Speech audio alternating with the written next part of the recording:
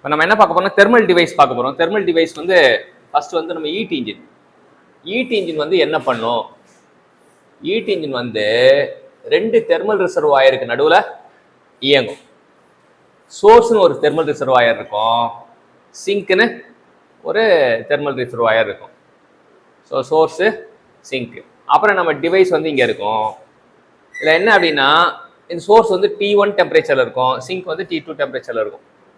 So இங்கேருந்து இது heat observe பண்ணும், இங்கேருந்து ஹீட்டை ரிஜெக்ட் பண்ணும்.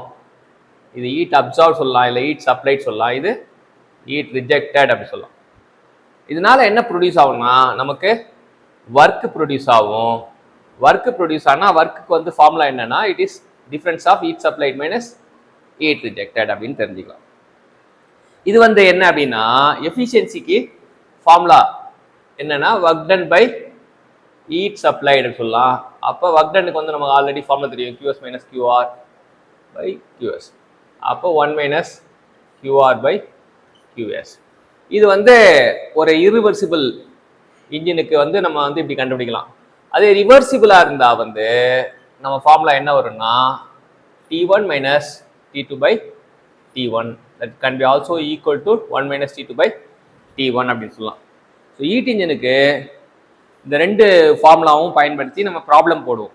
இந்த ரெண்டு ஃபார்முலாவும் பயன்படுத்தி நம்ம ப்ராப்ளம் போடுவோம். அதுதான் வந்து நமக்கு தெரிஞ்சிக்க வேண்டிய விஷயம். இப்போ இது என்னன்னா, யூஸ்வலாக வந்து heat rejected by heat supply இல்லாட்டி Q2 பை Q1 equal to 1 minus efficiency, இது சில நேரத்தில் நம்ம யூஸ் பண்ணுவோம் அப்படின்னு தெரிஞ்சுக்கலாம்.